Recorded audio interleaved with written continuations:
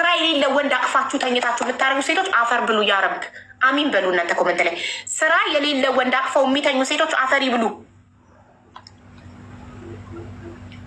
በቃ ስራ የሌለ ወንድ አቅፋችሁ ትተኛላችሁ፣ ታረግዛላችሁ፣ እኛ ጋር መጣችሁ እርዳታ ትጠይቃላችሁ። ወንድ ልጅ ስራ ሳይኖረው እንዴት ታስጠጉታላችሁ? ምን እንዲያደርጋችሁ? ሸክም ሊሆን እናንተ ላይ? ሁሌ ስራ ያለው ወንድ ተጠጉ። ቦይፍሬንድ ስትይዙ ስራ እንዳለው አረጋግጡ። ስራ ሳይኖረው የእናንተ ሸክም ሊሆነው የማይሰራ ሰው አይደለም። በቃ እንደ እንስሳ ቁጭ ብሎ መብላት።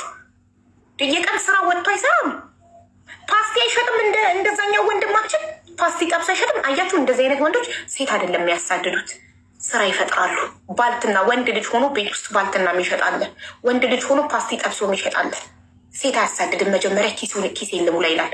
መጀመሪያ ብር ይኖረኝ፣ ብር ሳይኖረኝ ሴት ብጠጋ ሴቷን አታከብረኝም ይላል። አሁን አንድና አንድን የምነግርሽ ነገር እኔ ብር አላሰባሰብም ላች። ኧረ ችግር የለም አቢ።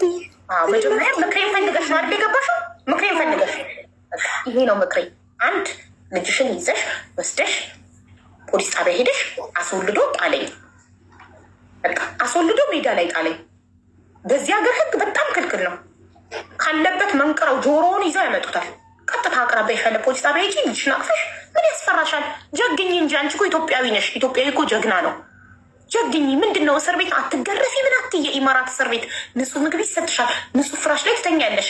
መንግስት ፕሮሰስሽን ጨርሶ ከነ ልጅሽ አገርሽ ይልክሻል። እናት ለልጇ ምንም አይነት መስዋዕት ትከፍላለች። ልጅሽ መኖሪያ ፍቃድ ሳይኖራት ይቃማ ሳይኖራት ክትባት ሳታገኝ ዝም ብላ እዚህ ሀገር ላይ ህገወጥ፣ አንቺ ህገወጥ እሷም ህገወጥ ሆናችሁ ከምትኖሩ አንድ ጥርስሽን ነክሰሽ ቁረጭና ወስነሽ ፖሊስ ጣቢያ ሂጂ። እሱ ካለበት ጎትተው ጆሮን አምጥተው ብሎክ አድርገው ወደ ሀገሩ ያባሩታል።